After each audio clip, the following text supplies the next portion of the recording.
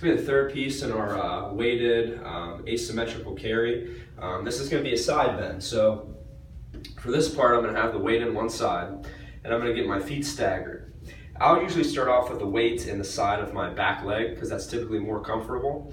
So I want to get as much space as I can between my front and back foot that I feel like I can keep both toes pointing straight ahead. I'm not going into a heel to toe position, so about hip width, and I'm just getting as much space between my feet as possible. The further back that trail leg goes, that heel will start to come up off the ground, which is fine. Back knee is going to stay pretty straight, front knee will bend a little, okay? I want to try and make sure as I set myself up that I'm not letting my back fall into this big sway, so I keep a little bit of tension in my stomach, and I'm up nice and tall. So here I am, right? So up nice and tall. Now, staying up very erect, very slowly, gonna let myself side bend. It's not gonna be a big motion, right? And then from here, I'm gonna use this side of my body to pull myself back up to neutral.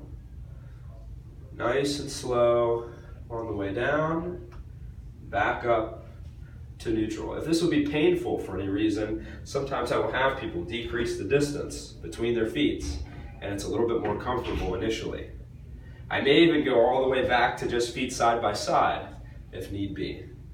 Doesn't have to be a big motion. Even if you find like, ooh, this is pretty sore, if you could just do a small pulse, or even just standing here holding the weight is going to engage your trunk.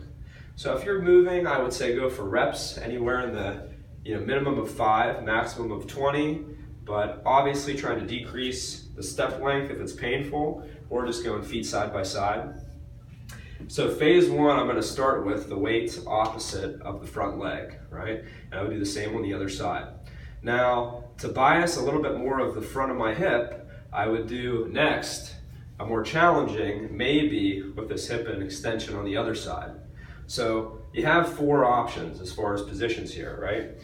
But it's going to be the same movement. So now this hip is behind me. I have the weight on the bent knee side. I'm going to do the same side bend. This is going to put a little bit more tension on the front of my hip, right?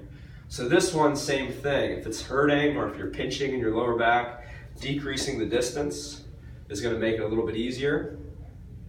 Going into a longer stride is obviously going to increase the challenge. Make sure if you go to the longer stride, you don't let that back foot, if you can see, turn out.